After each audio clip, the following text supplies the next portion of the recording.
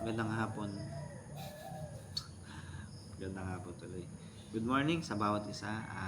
Sunday ngayon. Pero wala pa namang masyadong gawa. Kaya tayo muna ay mag-devotion. Dito na tayo sa chapter 13. So, yun. Hindi ko na lang siya masyadong papakahabaan. Yun, umpisa na natin. Anak na may unawa, nakikinig sa kanyang ama. Ngunit walang halaga sa palalo ang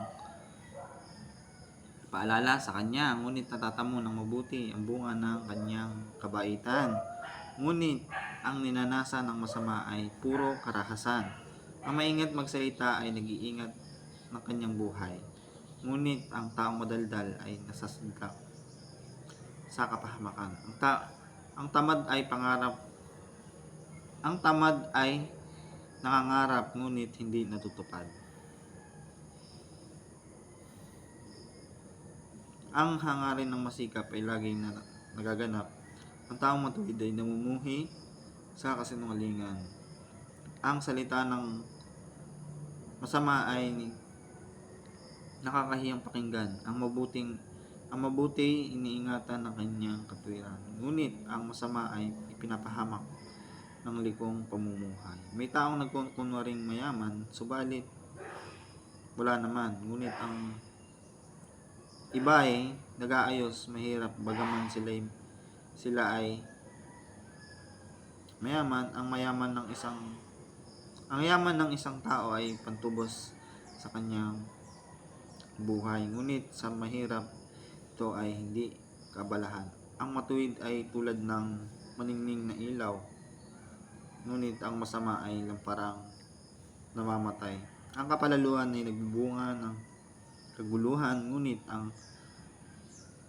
ang pakikinig sa payo ay nagbabadya ng karunungan.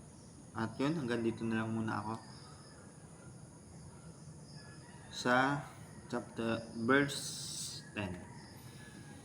At ang nakuha kong aral dito sa 13 ng Kawikaan, verse 1 to 10, ito ay yung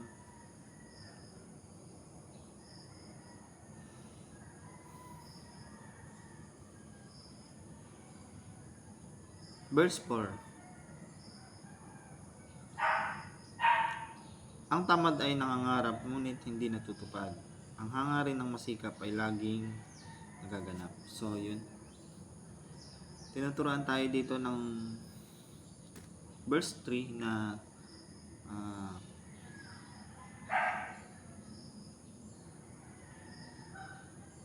verse 4 pala, na lagi tayong magsumikap.